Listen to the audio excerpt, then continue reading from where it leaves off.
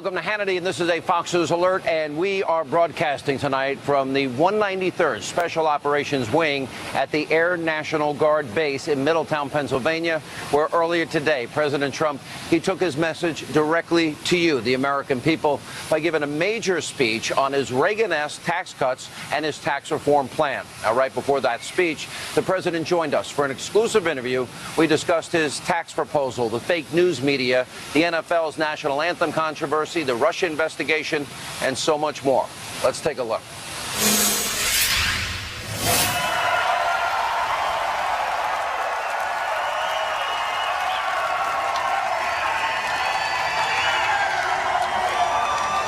How are you, Mr. President? I'm very good. Thank you, Sean. My second interview since you've been president. You guys want to start with good news? Yeah! We do have some good news. Go ahead. Right? You don't get a lot of good news in the media. Well, you don't get so much. The market's up 25% since you were won. You tweeted this out that nobody in the media brings it up, so I said, you know what, I'm going to bring it up tonight. $5.2 trillion in wealth created. We have the lowest unemployment rate in 16 years. We have the best labor participation rate in 7 years, and the lowest number of people on food stamps in 7 years. That's right. That's right. That's exactly right. It's going really well. I'm loving it. I'm doing a job for the people, and people are seeing that. And I'm so proud of the $5.2 trillion of increase in the stock market. Now, if you look at the stock market, that's one element, but then we have many other elements. The country, we took it over, it owed $20 trillion. As you know, the last 8 years, they borrowed more than it did in the whole history of our country. So they borrowed more than $10 trillion, right? And yet we picked up $5.2 trillion just in the stock market, possibly picked up the whole thing in terms of the first 9 months, in terms of value. So you could say in one sense we're really increasing values, and maybe in a sense we're reducing debt. But we're very honored by it, and we're very, very happy with what's happening on Wall Street. You came back to Pennsylvania. I know you've been in Wisconsin and Michigan and Ohio and North Carolina, because a lot of people still need opportunity and jobs. Right. You're really here, you're going to be talking at length about your economic plan. That's right. Let's talk about it. Okay. Well, first of all, it's a massive tax cut. And, you know, it's a reform, but it's a massive tax cut. Somehow that's... And, you know, when we first introduced it, and for years they talk about tax reform, I said the problem with the word reform, nobody understands what it means. Because reform could mean you're going to raise taxes. This is the largest tax cut in the history of our country. It is incredible. It's going to put people to work. So right now, Sean, we are the highest taxed nation in the world, and we're going to be now down in the lower rung in terms of taxes. A family can get, and a business can get, especially a subchapter S. You know, you're doing different kinds of things with your businesses. Some people run it individually, but you can get as much as a 40% tax reduction. Again, it's the largest tax reduction in the history of our country. Let's go through it. So, and this is important. I mean, there's no two accountants that can give you the same liability to the government if you give them the same information. That's how complicated the tax code is. You want to drop 7 brackets to 3. We're going to drop, actually, if you look at it, because we have a 0 bracket, because a lot of people pay 0. So we really have 4, and they had 8. So it's really 8 down to 4. We're cutting it in half. And a lot are taxed below the $12,000 mark and $24,000 mark for a family. They're taxed at 0. After that, it goes to 12% from 15%. And, you know, the Democrats told a very terrible fib. They said that they read the brackets so that the brackets were inverted. And if you read it that way, but that's not the way it goes. And we've been praised for the amount of money, the middle class. This is really what I'm looking for. For the middle class, I call it the working people. And the working people are going to get a massive tax break, and corporations and companies and small companies are going to get large-scale tax relief, and they'll be able to compete with anybody in the world, which is what we need. You said the corporate rate, which is so important, you said 20% is your max. So right now we're at 35%, and many corporations are paying 40s and 42, and because they have state taxes and city taxes, and they have taxes so many different directions. You know what they do? They leave the country and they fire everybody, and they're gone, and they never come back. Now we have companies moving back into the country. We have, you saw last week, auto companies are announcing that they're going to build plants back in the United States. That hasn't happened for years. And they're moving back, and not just because of the tax. This tax is so important, but they're seeing enthusiasm. We have the highest enthusiasm level in 28 years Consumer for confidence. manufacturing, for all of the different things that we talk about. But for business, basically, it's enthusiasm. Everybody's enthused about our country. So we're very honored by it, and I am really honored by the folks in this room. And by the way, the truckers, we love the truckers, I can tell you. Happens to be true. The top 10% pay 70% of the tax bill. The bottom 50% pay 2 of the total income tax rate. Why is there are multinational corporations that have parked trillions of dollars in countries that offer them better tax relief? You're trying to incentivize those trillions to come back here with a low repatriation rate. How low will that be, and how much do you think you can bring back into the United States, and what does it mean? Okay, so right now you have probably, and nobody knows the exact number because I actually think it's much higher than people understand, but it'll probably be over $3 trillion is outside of our country, and our companies, and they just can't get it back. They're trying, but they can't get it back. Number one, it's a bureaucratic mess. Number two, the tax rate is so high it doesn't make sense. So what they do is they invest it in Europe and other places where the money is. And I'll tell you what they do also. They leave the country because the money becomes so much and so valuable to them that they leave the country, our country, to go and get their money. So they leave the country and they fire everybody. Now what we're doing is we're lowering the rate so they can bring it back in. We're giving them a shot to bring all that money. It's all going to come back in. It's going to come back in immediately. It's going to be more than $3 trillion. Probably we're looking at a 10% rate. It may be around that number, maybe a little higher, maybe a little lower, but it's going to be right around that number, probably 10%. And right now what it is 35% plus. Now, who's going to bring money back when you have to pay, by the time you finish, almost half of your money in tax? So you're never going to bring it back. So we're going to have that money come back in. It's going to put people to work so fast, and the money itself is going to go to work very fast. And, you know, say what you want about Democrats and Republicans. For years and years, everybody's wanted to do that. You have trillions of dollars outside of our country, offshore, and the Democrats wanted it back. The Republicans wanted it back. Everybody wanted it back, and they couldn't do it. They couldn't get a deal. We're going to do a deal, and we're putting it down as part of our tax cuts. One of the things some people have brought up, like that. Every time I tune into anybody else in the media except Fox, there are tax cuts for the wealthy. Yeah. Now, the rate for some people goes down, but if you live in a state like New York or Illinois or New Jersey or California, you won't be able to deduct your local or state income tax. In other words, if you elect politicians that want to raise taxes, you're going to pay the penalty. So that's not really true that this is a tax cut for the wealthy as they're portraying it. What is your answer to that? Well, you know, you have some really well-run states that have very little borrowing. Some have no borrowing, but they have very little borrowing. And it's unfair that a state that is well-run is really subsidizing states that have been horribly mismanaged. I won't use names, but we understand the names. But there are some states that have hundreds of millions and billions of dollars in borrowing.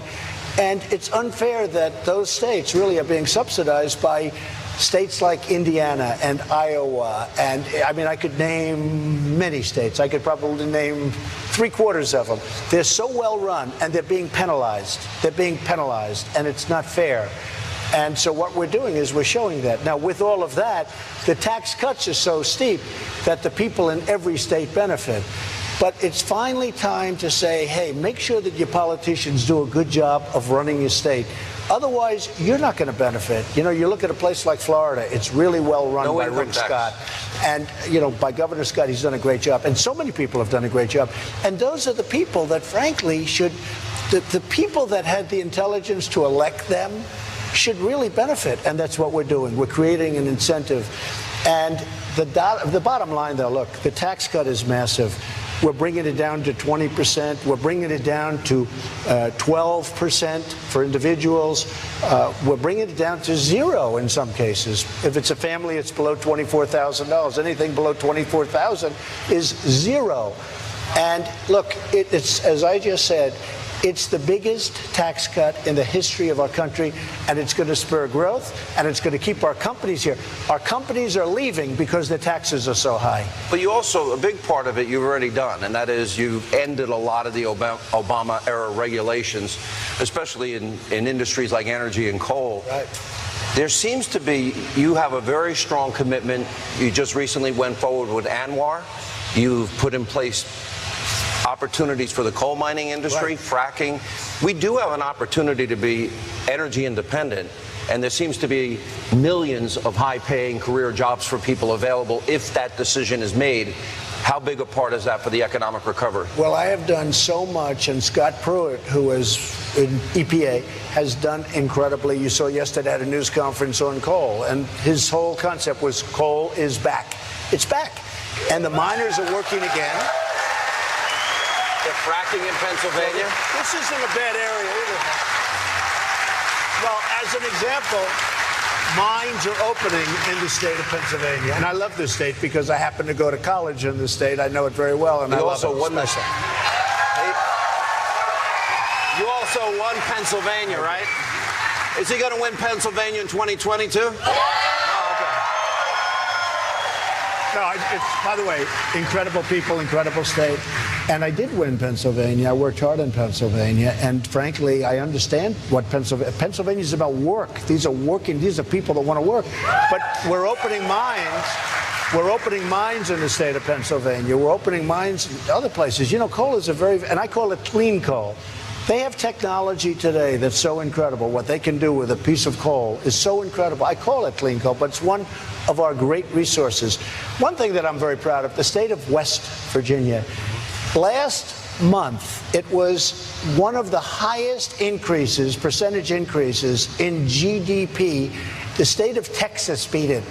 And people are saying, wait a minute, West Virginia just came in second. You know what that's about? That's about cutting regulations and letting the people go and mine. And I was so proud of that because West Virginia's had very tough times. And, you know, they were overwhelmingly, for me, yep. Hillary said she wants to close up industries, and she wants to close up the coal industry. And I'm the opposite. So I'm very proud of that. And Pennsylvania, likewise. Very proud. The biggest obstacle before you arrived here, I had an opportunity to interview a lot of people in this great crowd. And I asked them basically three different questions. What they thought of you. Overwhelmingly, there's a lot of support for you here. Congress. Okay.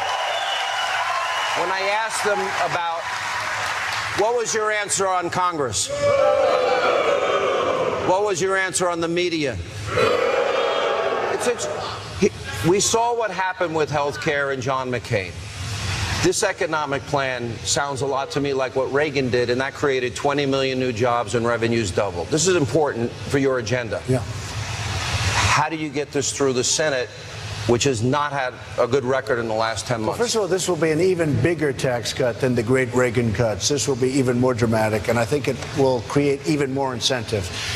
But let's talk. Media is bad. They're really dishonest people. These are very, very dishonest people in many cases, and not all. Look, I know some reporters, I know some journalists that are phenomenal people and very straight, very honest. But there's such dishonesty. I mean, you know, it's interesting. If I was just watching television, you don't know whether or not, because, you know, you're just watching a report. But when you're the one being written about, you know if it's good or bad, and it's always, they try and make it negative. So the media has turned, I call it fake media. It's fake. It's so much fake news. And we have to understand. You agree with that, fake news? You know, and I only say it so when people read things, they can understand that so much of it is indeed fake. But with Congress, I've gotten to know a lot of them.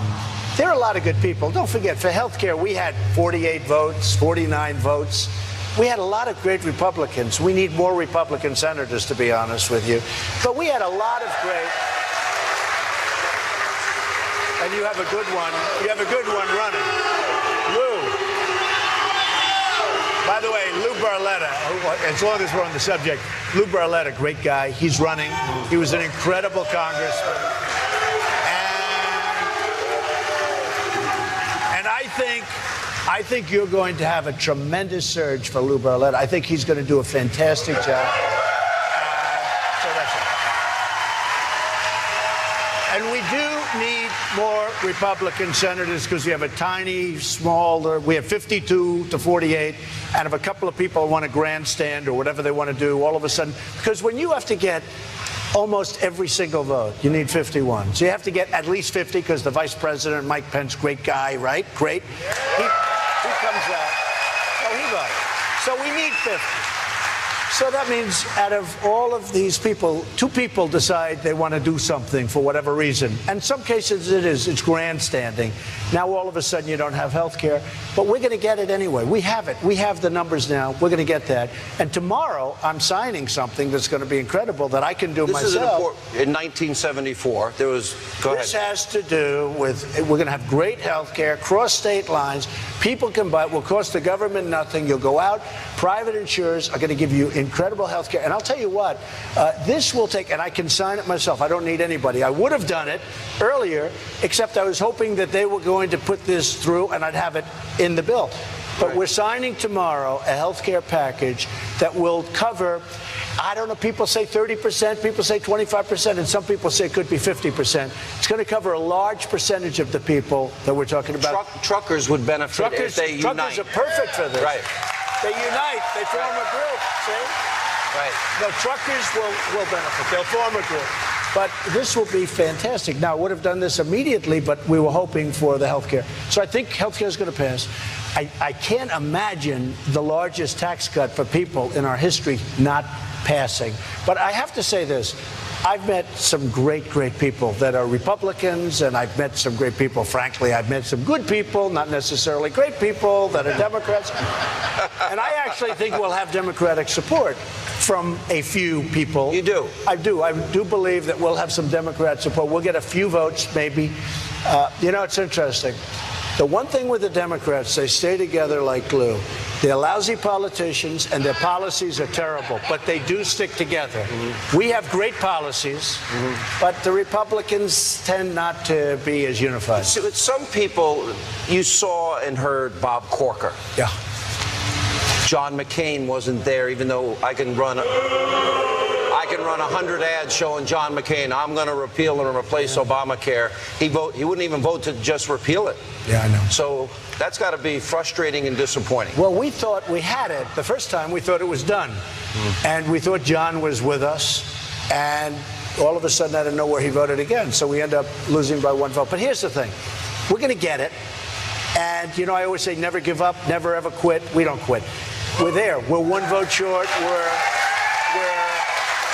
there. I actually think right now we have the vote. But we have to wait. We have to wait for a little while. We're going to do the taxes first. Hopefully we get that. We need 51 votes. And hopefully you can get it done by the end of the year? I hope so. I mean, who's going to vote against this? Our country is losing businesses, losing jobs. We have a 1% GDP. Now, I have to tell you, for the last quarter, you had 3%. Las Vegas massacre, understandably, and actually getting a lot of they attention adjusted now, it but there's upward. What a another nice sound that is. happening. Are they playing that for you or for me? They're playing that in honor of his ratings. Did you see how good his ratings are? He's beating. So the fact is that we're really rocking. We have 3.2. Now, this next quarter coming up, I believe would have even been better. You know, we haven't hit threes in a long time. So I guess it was ultimately determined it was 3.2 because they adjust upward. But we got hit with a few hurricanes, as you probably heard. That'll have, I assume, an impact. Barack Obama was the first president in history that never hit 3% GDP growth in a single year of his presidency, which I think speaks volumes. Well, you know, when I took over, we were in the ones. And if we hit, think of this, if we hit just 1 point, if we go up from 2 to 3, we pick up $2.5 trillion. $2.5 trillion. To the Treasury. And we pick up millions of jobs. Yeah. So it pays for the whole thing. So it really pays for it. So I think it'll be good. And coming up, more of my exclusive interview with President Trump. Now, he'll weigh in on the NFL kneeling controversy. He'll explain what he thinks the league should have done with Colin Kaepernick. And that and more is straight ahead. Welcome back to Hannity. Now, earlier today, I interviewed President Trump at the 193rd Special Operations Wing at the Air National Guard Base in Middletown, Pennsylvania. Now, here's part 2 of that exclusive interview. Take a look. A lot of people, I was surprised watching all last year with Colin Kaepernick. Guy praised a murdering thug dictator. He had socks that depicted cops as pigs. And other issues. He actually donated to a charity that actually supported a cop killer. And then we saw the NFL. And you took it on, it appears, based on the letter that Roger Goodell put out yesterday, that Donald Trump initiated a debate over standing for the flag and our anthem and those that fought, bled, and died, and looks like you won.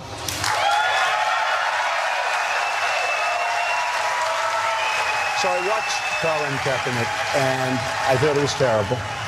And then it got bigger and bigger and started mushrooming. And frankly, the NFL should have suspended him for 1 game, and he would have never done it again. They could have then suspended him for 2 games, and they could have suspended him if he did it a 3rd time for the season, and you would never have had a problem. But I will tell you, you cannot disrespect our country, our flag, our anthem. You cannot do that. Obviously, the people of the country are with you. Hundreds of thousands of people fought, bled, hundreds of thousands died fighting under that flag. Right. When you look at the Obama years, Chicago, one city, his adopted hometown, 3,900 people were murdered. Yeah.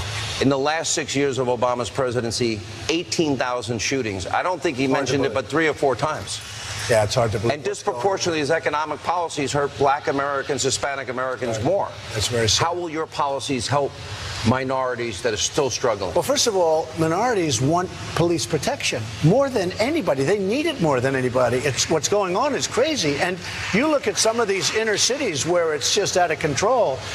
And remember, I was saying things like, we will, what do you have to lose? We will fix it. We're going to fix it.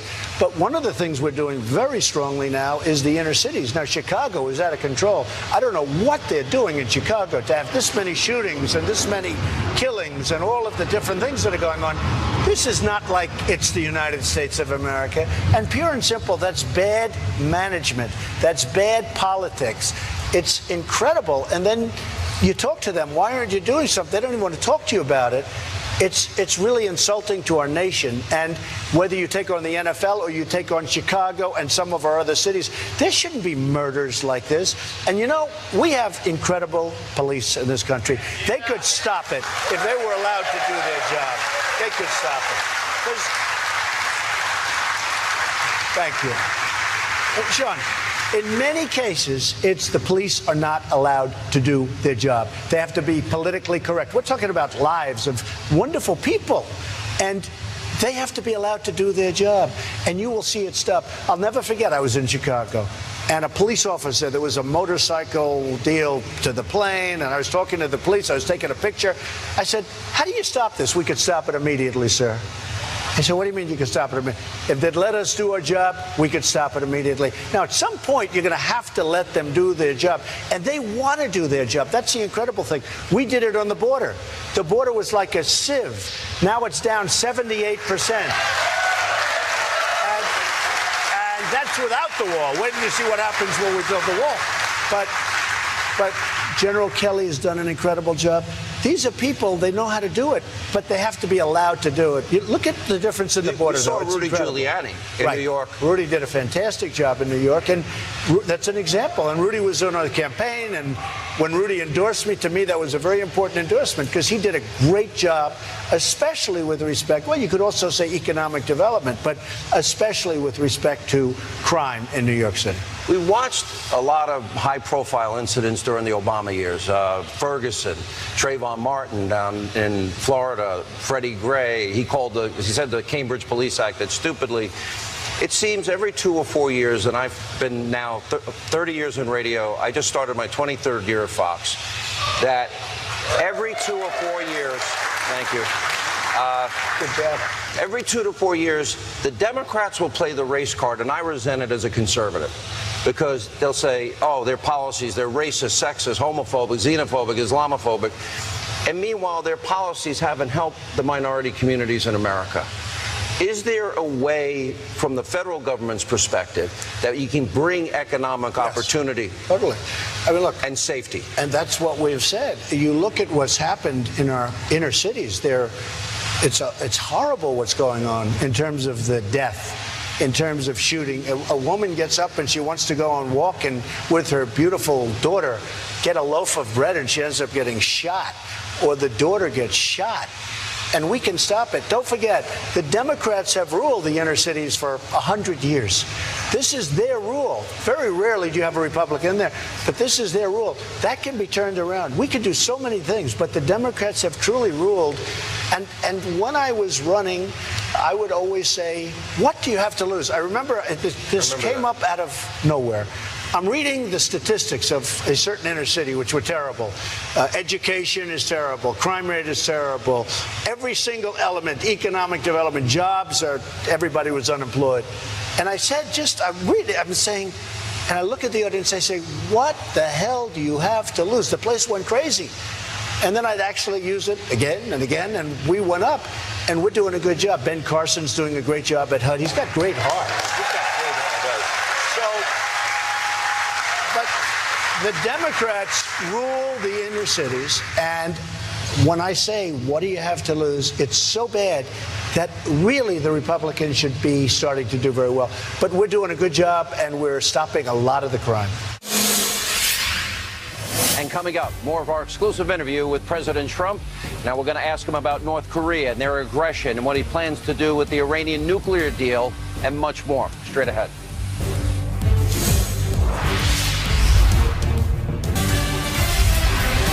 Welcome back to Hannity, and here's more of my exclusive interview with President Trump. Now, I asked him about the North Korean threat, the Iranian nuclear deal, and so much more. Take a look. There was a lot of coverage of your phrase. They would report it in the media, cryptic phrase, the calm before the storm. It seemed related to Rocket Man, his term. Kim Jong-un, in terms of him having ICBM capability, nuclear capability, firing missiles over Japan, our ally, threatening Guam, and potentially maybe being able to reach the United States, continental United States, with a nuclear weapon. At some point, this is going to come to a head. What was the calm before the storm? We can't let this to go on. We just can't. Now, you can say what you want. This should have been handled 25 years ago. It should have been handled 20 years ago and 10 years ago and 5 years ago. It should have been handled by numerous, not just Obama, but certainly President Obama should have taken care of it. Now it's at a point where it's very, very far advanced. Something has to be done. We can't allow this to happen. Now, China's been very helpful, I think, who knows? They seem to be very helpful. They cut off banking to North Korea. That's something they've never done before. They've cut down, way down on the fuel, a lot of other things. We're going to see what happens. But we cannot allow this to happen. This should have been taken care of long ago. Clinton gave them billions of dollars, gave them lots of other things, and before the contract, the ink was dry on the contract, they were already starting again with the missiles and with the nuclear, frankly. So we are in a position, look, we're very strong. I'm building up the military like nobody's ever seen. We're close to $800 billion in spending. Sean, I don't know if you know, but the military, our military was totally, really depleted. You look around and you see what's going on. You take a look at what we're buying right now with the jet fighters and all of the equipment we're buying. And, it's two things, really. It is jobs, and that's far less important. But we build the greatest military equipment in the world. We have missiles that can knock out a missile in the air 97% of the time. And if you send two of them, it's going to get knocked out. Is it fair to say if he keeps firing missiles, that's going to end? Well, I don't want to say anything. You don't want to I'm just telling you, I don't want to talk about it because, all these people, they talk. I remember with Mosul, and I use this all the time with Mosul. We are going to be attacking Mosul in 4 months. We're attacking Mosul in 3 months. I say, why do they keep saying it? Attack, do it, or don't do it, or whatever. But they kept talking about it. And by the way, it turned out to be hell on wheels. It was hard because they were so totally prepared. And I'm not saying I'm doing anything, and I'm not saying I'm not. But we shouldn't be talking about it. Calm before the storm. You're not going to talk about that either. No, I don't talk about it. No. Iran, it was interesting. It was interesting. Bill Clinton, when he made the deal with Kim Jong-un's father, Kim Jong-il, he actually said, this is a good deal for the American people. It was not. It seems the same mistake was made with President Obama and the Iranian deal. There's reports you will decertify this. You can also pull out of it. John Bolton suggesting you just pull out completely. Why decertify and not just scrap it? Well, you can do both, to be honest with you. You can do both. You can decertify and then I know exactly what I'm going to do, but I can't give it away tonight. But I'm going to be announcing it very shortly. But why not, right? But I will. I mean, there's no secret. I think it was one of the most incompetently drawn deals I've ever seen. $150 billion given. We got nothing. We got nothing. They got a path to nuclear weapons very quickly. And think of this one, $1.7 billion in cash. This is cash out of your pocket. What?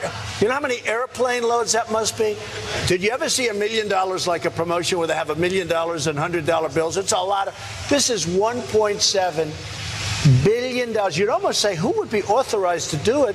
And who are the people that deliver it? You may never see them again, right? But, plane loads. But just plane loads. So this is the worst deal. We got nothing. We got nothing. So I'm not giving anything away, but I've been saying this for a long time. You have people dancing and screaming in the streets of Iran. Now, I have to tell you, those people are possibly staged because I happen to believe the people of Iran are great people and they want freedom and they want to be sort of friendly with us. I really believe that. But they're dancing in the streets and they're singing Death to America, and Kerry's out there negotiating a deal and giving up every single point. He'd go in, we'd like this, you're not having it. Done, done, done. It's the worst deal I've ever seen. Whether it's countrywide or any other wide, there is no worse deal. So we will see what happens pretty soon. A lot of people are guessing, but maybe there's not so much guessing. But it was an incompetently drawn deal. Look, it's a very bad deal. I'm not saying anything different tonight that I have been saying for 2 years. Yeah. It's a horrible, horrible embarrassment to our country. And we did it out of weakness when actually we had great strength. Let me ask you about immigration. You came up with a 70-point plan. There was fear after you had met with Pelosi and Schumer and you were talking about DACA. One of the things I've always noticed is we always get the tax increase, we never get the spending cuts. You always get the consideration on immigration, you never get the wall built. Part of it is there will be, you said, no deal on DACA, unless, of course, we're going to end chain migration. You're going to build a wall that's going to be see-through now, so the... Well, it may be. We're looking. Yeah. We right now have built 5 prototypes. They just are going up, and some of them are already finished, and I will say they're really looking good. They're really looking good, and our country needs it. We need it not only for people, but we need it for the drugs that are pouring into our country. I mean, we have drugs that are pouring into our country, so we don't have a choice. And you know, you can say what you want. I was with Bibi Netanyahu of Israel, and he was saying, Donald, the wall works. Believe me. They had an open border that was like a sieve. People just poured in. He said 99.9% of the people now, it stopped. Nobody gets in.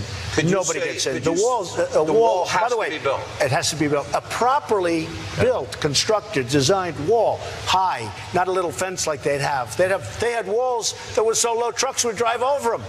It was easier to drive over it than to take it down. Can you believe it? Okay. So no amnesty. No, the wall, no amnesty. No amnesty. No chain migration. Chain migration is one of the disasters. You allow one person in, and that one person brings in 10 or 12 people. No DACA until that you fund the wall. DACA, look, we have 800,000 people. They're not necessarily young. You know, a lot of people think they're children. I guess they average from 16 to 39 or so. But a lot of these people are in the military. They have jobs. They have this, that. I fully understand it. But if we're going to do something, we have to get something in return. And what I want is tremendous border regulation. I want the wall, and we're going to get other things. And we're going to see if we can work something out. Now, whether or not we do, I don't know.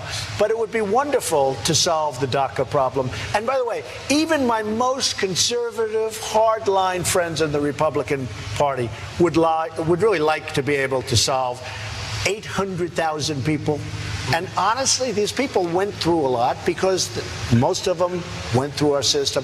Many of them don't speak the language of their country because they've never been to their country. So we are going to try and solve that. But if we're going to solve that, we want a wall and we want great border security. So what does the president think about WikiLeaks founder Julian Assange saying that he has proof positive that Russia did not give him the DNC emails? Find out the answer to that question next.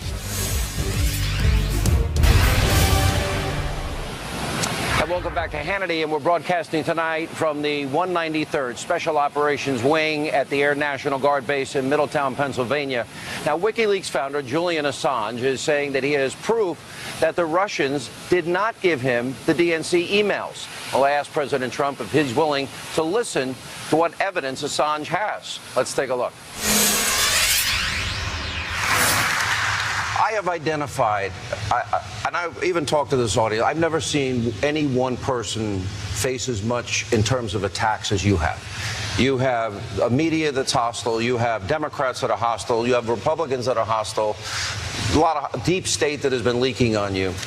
And one of the things that has come up almost throughout your whole presidency is this Russia obsession. Here's my question. I interviewed Julian Assange 5 times. I've talked to him other times. He has said it's not Russia. There was no collusion. They didn't come. The DNC emails did not come from them. Congressman Dana Rohrabacher met with him, and he says he has proof positive evidence that would show the Trump campaign never colluded with Russia.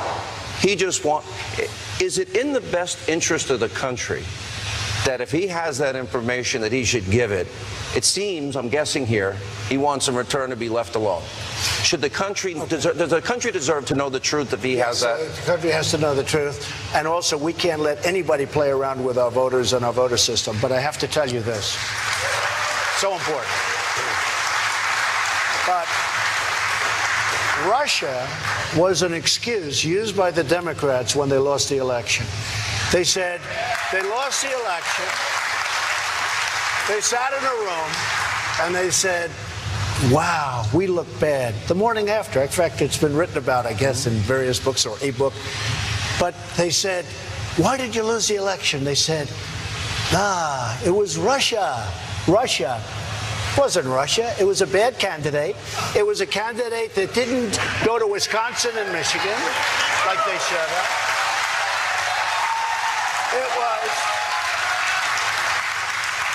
It was a candidate that spent tremendously more money than I did, as you know, more than double, and didn't do well in Pennsylvania, this great state, didn't do well in Florida, didn't do well in North Carolina or South Carolina. I mean, lost Wisconsin for the first time in decades, lost Michigan. Now, with all of that being said, bad candidate, but they said Russia. Then they say, and it was Trump that colluded with Russia. I'm saying, I did? So look, here's the story, and I think it's so important. This was an excuse by the Democrats, and people got carried away. This was a terrible, and it's very bad for our country what's happened, because I don't deal with Russia during this campaign. Forget it. Forget it. This was an excuse that was used by the Democrats. It was an excuse for losing an election that, frankly, they should have won, because winning the Electoral College is so easy for a Democrat. They start off with 3 major states. And to win the Electoral College for a Democrat, it's almost like a given. That's why people said, you cannot get to 270. Well, we got to 306, okay, because we won a lot of the states.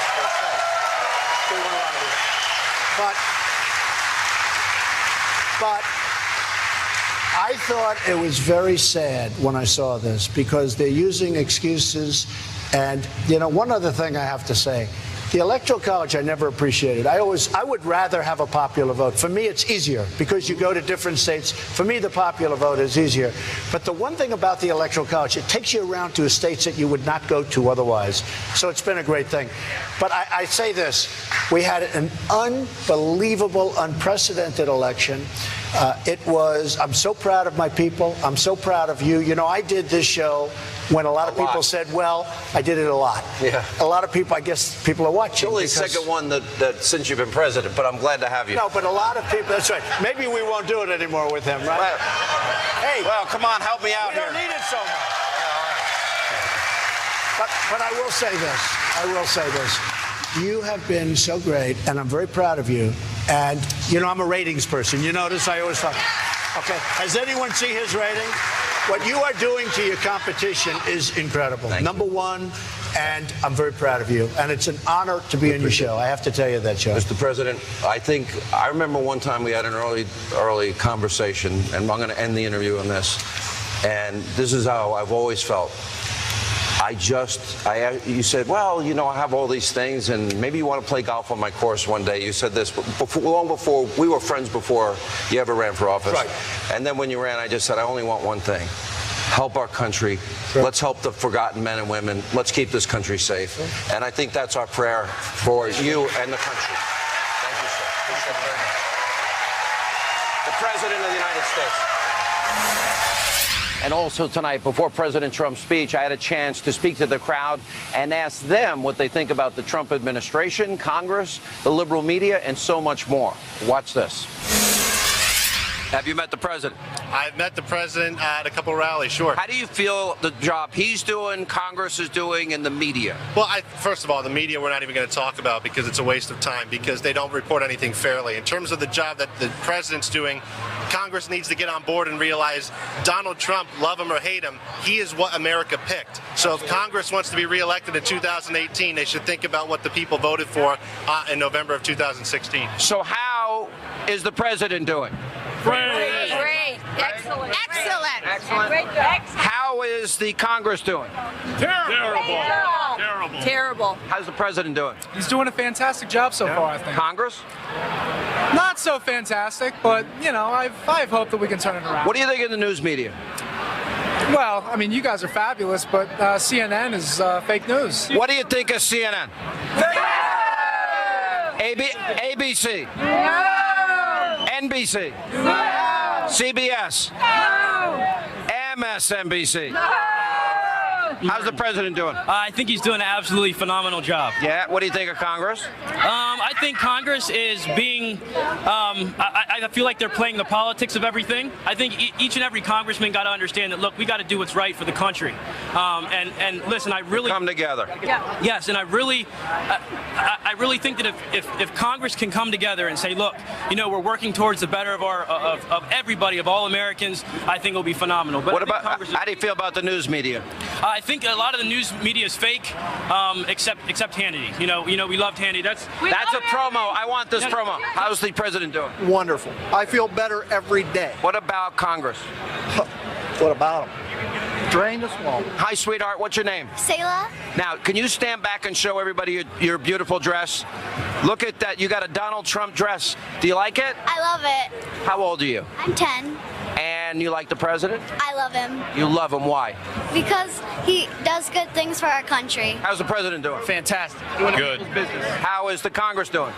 Not good. I'm president of the Pennsylvania Motor Truck Association. God bless you for what you do. I heard. Thank you. So how's business? Business is very good. We're here to support the president and his tax plan.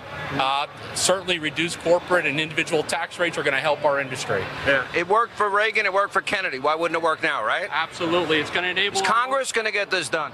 I hope so.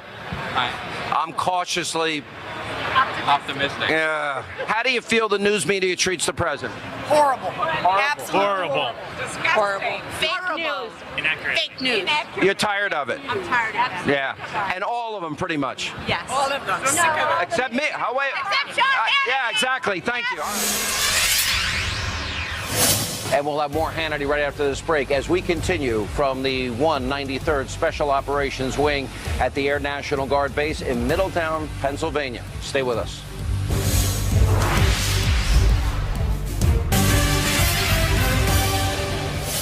And welcome back to Hannity. Now, unfortunately, that is all the time we have left this evening. As always, we thank you for being with us. This show, we are not the liberal establishment, mainstream, destroy Trump media. We'll be your fair and balanced show. We'll be back in New York tomorrow night. Brian Kilmeade is coming up next. Thank you for being with us.